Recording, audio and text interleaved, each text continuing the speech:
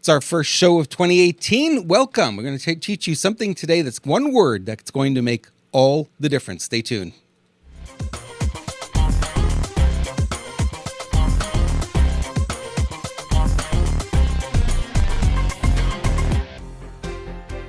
Welcome to another edition of Coach's Corner. This one is episode number 43, the one word that creates massive success. Today's episode is sponsored by the Marketing Network, profitable marketing training for business owners who want to get results fast. Use offer code COACH at checkout to save 25% on your membership.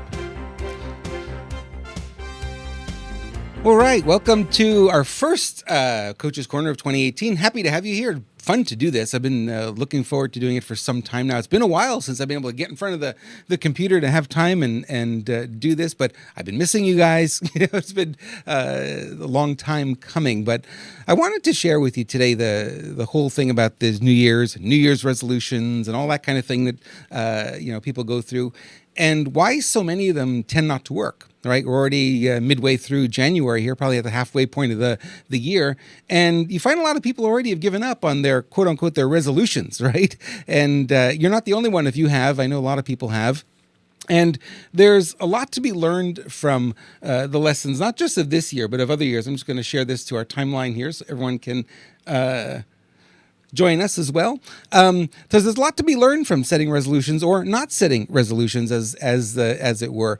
And today I want to go into that topic a little bit because it is one that will change your 2018 for the better, not just this year, but also years that will come beyond it, because it's something you can use again and again, and it'll be a lot of fun for all of us. So for a lot of people, this is their experience. New Year, same problems, right?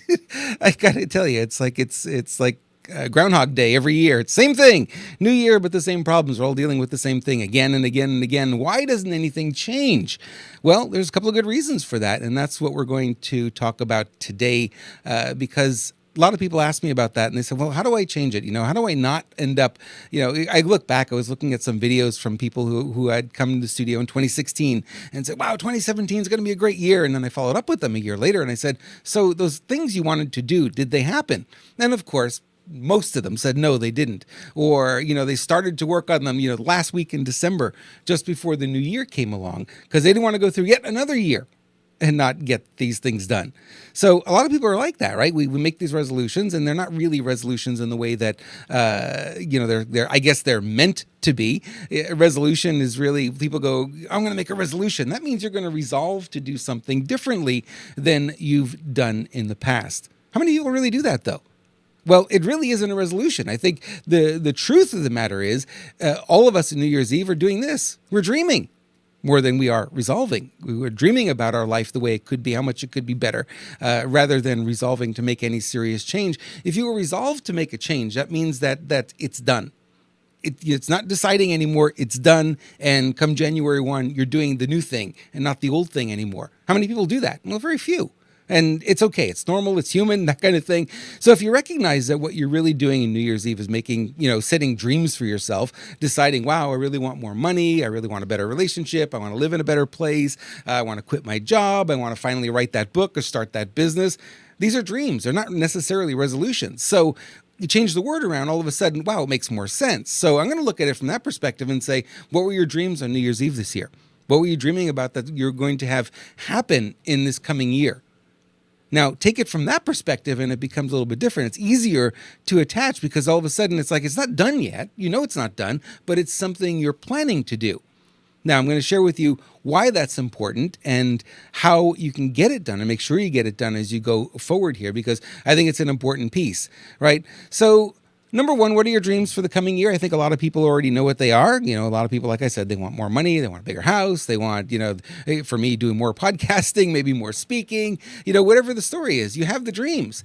And the truth of the matter is that's the easiest part of this whole thing, is to figure out what the dream is. Once you figure out what the dream is, it's easy to go forward. The next step, obviously, is now you've got to create a little plan, right? You've got to say, okay, this is what I dream about, making more money. It's not just going to happen automatically. What do I need to do? What do I need to do going forward? What are the things I need to do today, tomorrow, the next day? And a thing that I find that works really well when you create a plan is that every day you have something on your to-do list that helps you move forward. So I do that every day. Every day I look on my to-do list and I say, okay, I'm doing work for clients. I'm doing work for other people. That's great. But what is it on my list that's going to help me go forward? Maybe learn a new piece of technology, a new piece of software. Maybe learn a new trick. Maybe buy something. Maybe do the research about something I need to buy for the studio, that kind of thing. There's always a little piece that I do every day. And that helps keep the momentum going, right? Because the dream's not going to happen automatically. It's not going to happen by itself. It's going to happen because, you're putting energy into it and you're putting attention on it on a regular basis. So a lot of people kind of forget that. They jump ahead and they say, well, I've got my dream, and all of a sudden they realize it's December again and the dream hasn't happened. Why? Because they haven't worked on it every day. And here's another truth that, and no one likes to hear, but nothing goes as planned. Nothing, right? Plan it as much as you will on paper. Nothing's going to go as planned. Things are going to change. New things are going to come up that are going to be different for you. New things are going to show up in your experience that you hadn't expected. The unexpected always happens when you least expect it, right? It's so true. And the question is, are you going to stick with it, or are you going to change course, or are you going to abandon it? Sadly, I think a lot of people, they really do. They people get to the point and they just go, well, it's not working out the way I had planned it. I wrote it on paper this way and it didn't kind of happen this way. This person never called back, or that website never came to be, or something got in the way, and they kind of give up. They quit. Probably not the way you want to go. So really, when things don't go as planned, your level of commitment is going to be tested and measured, right? How committed are you to this plan? For a lot of people, well, it was sort of a good idea. It was the spur of the moment. It was New Year's Eve. There was champagne. There was party, and you made all these wild dreams and you put all these things out there. And the next day they were kind of forgotten. Those aren't really dreams. Those are just, it sounds good. It was in the moment. It was one of those things. So when things aren't going as planned, then the question then becomes, how committed are you, right? Because the truth of the matter is, it's not going to go as smoothly as you expect. Sometimes, but not always. But for the most part, it doesn't go that way. For the most part, it's going to change. It's going to shift. I went back and looked at some of the notes I had from the end of 2016. I started to look at what my plans were for 2017. And I go, boy, it didn't work out like that at all. Some things worked out better. Some things didn't work out at all. But I kept at it, right? And that's really the key to this whole thing. So there's one word, and I talked about that at the beginning of this, is one word that's going to separate those who get to live their dreams, and it separates them from everybody else. Everybody else, right? And I want you to think about that. What word do you think that could be? If there's one word, really, that could separate those who achieve their dreams from everybody else, what do you think that word would be? I bet you don't know it, because a lot of people don't talk about it. And it's one word that's been in my vocabulary for many years, something I use a lot, especially in my coaching when I work with people. But it's not a word you hear at seminars. You don't read about it in books. You don't hear about it in webcasts. A lot of people don't talk about it. It's not a bad word. It's actually a very good word. Here it is. Tenacity. That's the word. That's the word of the day. You got to look that one up in the dictionary if you want. Tenacity means you don't give up. It means you keep at it no matter what happens. So if you really have your eye focused on the goal and the dream, and you really want to have that happen, no matter what comes up in your experience, you're going to find a way around it. You're going to find a way to solve it and move forward.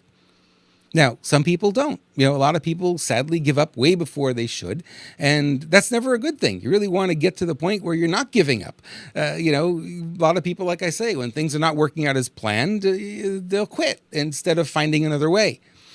And in my experience, there's always another way. There's always another way. May not come the way you had imagined it. That's okay, but there's always still a way to get there. So your goal is to get to the mountains, right? You get on the road and you're like, okay, we're heading to the mountains. We're heading to the mountains.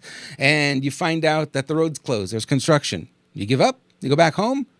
Well, your vacation's in the mountains. You want to be there. You want to get there, right? You find another way. You take a detour. You get there. Oh, you have a flat tire. Okay, what happens? You give up, leave the car there, and walk home? No, you get your tire fixed, right? So we do this in everyday life, but when it comes to the bigger things we want, we tend not to do that. And the other point to make is as you get closer and closer to the goal may shift, may not be exactly as you had thought about it and wrote about it in your diary or your notes. So you want to get to the mountains, you want to go to the mountains, you want to go to the mountain. When you get to the mountains, you might realize, wow, there's 20 ways to go to get up the mountains. I could take a helicopter, I could hike, I could take a gondola, whatever it is. There's all kinds of ways. Not a gondola. What is that? Those things with the on the. Oh, gee, I forget what they're called. Anyway, the word's escaping me at the moment. But anyway, you get the idea. So there may be different ways for you to get up to the mountains rather than just one way, and you may choose to try a different way than you had planned. Nothing wrong with that. Plans evolve, goals evolve. They get bigger, they get brighter, they get stronger. Or you bring them down a little bit to make them more realistic. You might find that, gee, I shot a little high. That's okay. So you shoot here instead. Hey, that's good. So you got to be committed to it, and tenacity is the way you get there. And, the truth is, sadly, most people give up way, way, way too soon on their dreams. They hit the first obstacle, and that's it. They say, I don't want to do this anymore. Or they decide that, well, that dream wasn't really all that important. Really? I think it was more important to you, but you just gave up on it too quickly, rather than saying, it's real important, and I'm going to find a way. I'm going to find a way. When I run into an obstacle, that's another point that I can learn. That's a lesson to be learned. That is, it's testing me. It's testing my ability to think outside the box a little bit and say, okay, this highway's closed. How else can I get there? I can always get there. The question is, how am I going to get there? Maybe very different than you planned, and that's okay, right? So you want to be that person who knows that giving up is clearly not an option for you, right?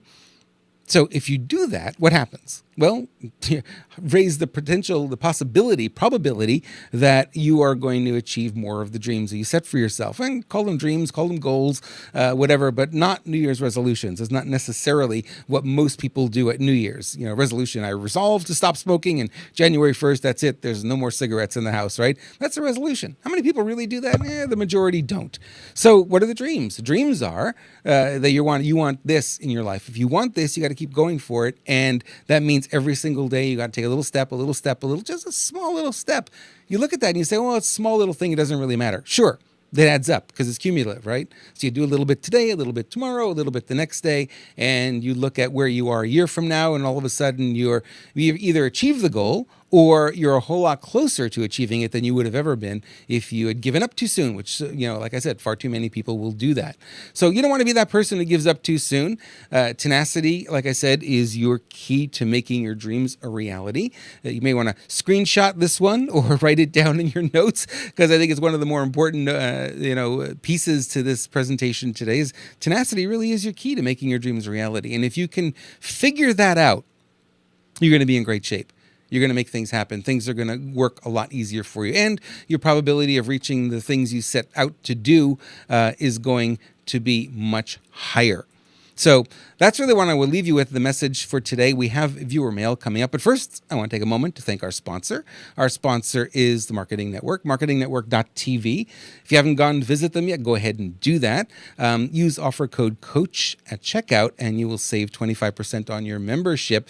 Now, this is a place where you will learn from some of the brightest marketing minds out there. We have some classes for you that you can watch at your leisure on any device that you want. Seriously, if you want to watch it on your Roku, your Apple TV, you can watch it on your regular television. I find a lot easier to learn there than sitting in front of the computer where there's a lot of distractions. So these are video classes, so full video, full studio, and a lot of the information that you really need to become a better business owner.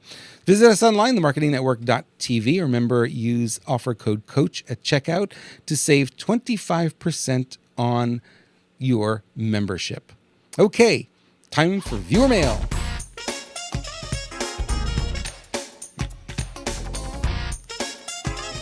Alrighty, let's see what we have here today in the mailbag. All right, a message from Kimberly in Baltimore, Maryland. Love the podcast. I want to know more about using a book as a marketing tool before I set out to write my first book. Is it a good option, or do you prefer something else? This is a really good question. I know a lot of people who are sitting on the fence this year and thinking about, should I write a book? Should I not write a book? Is it a good idea to do it? I think it's a fabulous idea. I think if you have the wherewithal to write a book, I think most of us have a book on us in one way or another. And I think it's a great idea to use the book. But remember, the book itself is a marketing tool. And it's not necessarily that you're going to get rich off selling the book per se. What are you going to get off a book? If you go with a publisher, you're probably going to get $1 every time the book sells, sometimes even less than that. If you sell it yourself on Amazon, you'll make a little bit more, Amazon Kindle, that kind of thing. You'll make a little bit more, but you're not going to get wealthy off it unless it becomes a 1 million copy bestseller, which probably isn't going to happen. Most books sell less than 5,000 copies, just to give you an idea. But it can be a tremendous tool for you. Instead of handing out a business card at a meeting, what if you met somebody and actually handed them a copy of your book? Wouldn't that be better, right? Now, all of a sudden, you're the expert. Well, I wrote the book on this topic, so you're perceived immediately as the expert. I noticed when I did my book, Motivational Marketing, back in, was it 2006, 2007, I think it came on the market. And as the moment I started writing that book, I all of a sudden elevated my career to a whole new level where people were, looking at me a little bit differently than they did in the past. And they said, wow, you're writing a book. Well, I'm writing a book on motivational marketing. So I'm the guy who, first of all, coined the phrase, and second of all, created a whole genre of marketing under that title. But the book didn't make me wealthy. I didn't become a millionaire off the book. No, but it generated consulting clients. It generated, it made it a lot easier when I submit proposals to companies. They always include a copy of the book with it. And it's like, here's my proposal. Oh, by the way, I wrote this book too. It's a lot easier to get the proposals accepted. A lot of people who read the book say, he's the guy who really knows a lot about marketing. Why? Because I've proven it in the book that I wrote. They love what they read and they want to learn more. Maybe they want someone to be hands-on. So a book is a great idea, a great tool. Even, we've come so far from the printed book. I mean, I don't remember the last time I actually bought a book that's paperback. It's been a while, but books are still a very powerful tool. They brand you very well, and used correctly, they will drive people back to your website, and they will drive people to make phone calls to you and send you emails, connect with you on social media. And for that, they're really great tools because you can keep the conversation going on social media. For instance, you write the book and you create a Facebook group about the book, and the people who read the book and bought the book now join the Facebook group, and you can keep that conversation going. And, a lot of those people, a number of those people will probably sign up for other things that you're doing, other classes, other books that you may write, or seminars you may give, that kind of thing, or products you may want to offer. So yeah, Kimberly, absolutely. If writing a book is in your future, I would say go for it. It's well worth it. And for those of you thinking about doing it, it is absolutely worth it. Okay. Thank you so much today for watching. If you liked today's presentation, make sure to give us a thumbs up there on Facebook, or visit us on any of the social media platforms that we happen to be on, and make sure you subscribe to the podcast. We're on iTunes, we're on Stitcher, we're on TuneIn Radio. We're on quite a few of them now, and would love to have you subscribe and also tell your friends. All right. Talk to you next week. Thanks, everyone.